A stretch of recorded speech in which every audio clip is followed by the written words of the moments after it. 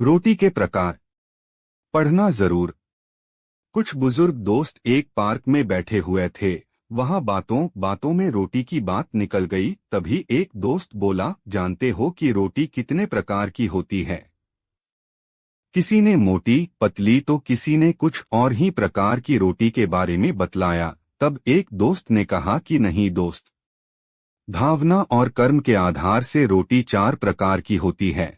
पहली सबसे स्वादिष्ट रोटी माँ की ममता और वात्सल्य से भरी हुई, जिससे पेट तो भर जाता है पर मन कभी नहीं भरता। एक दोस्त ने कहा, 16 आने सच, पर शादी के बाद माँ की रोटी कम ही मिलती है। उन्होंने आगे कहा, हाँ वही तो बात है। दूसरी रोटी पत्नी की होती है, जिसमें अपनापन और समर्पण भाव होता है, जिससे पेट और मन दोनों भर जाते हैं।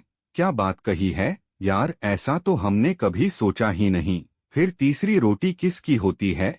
एक दोस्त ने सवाल किया। तीसरी रोटी बहू की होती है, जिसमें सिर्फ कर्तव्य का भाव होता है, जो कुछ कुछ स्वाद भी देती है और पेट भी भर देती है और वृद्धाश्रम की परेशानियों से भी बचाती है। थोड़ी देर के लिए वहां चुप्पी छा गई।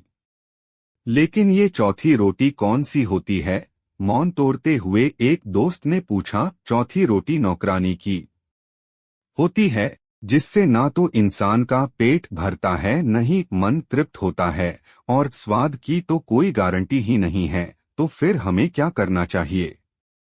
माँ की हमेशा इज्जत करो, पत्नी को सबसे अच्छा दोस्त बनाकर जीवन जियो, बहू को अपनी बेटी समझो और छोटी मोटी गलतियां नजरअंदाज कर दो। बहू खुश रहेगी तो बेटा भी आपका ध्यान रखेगा।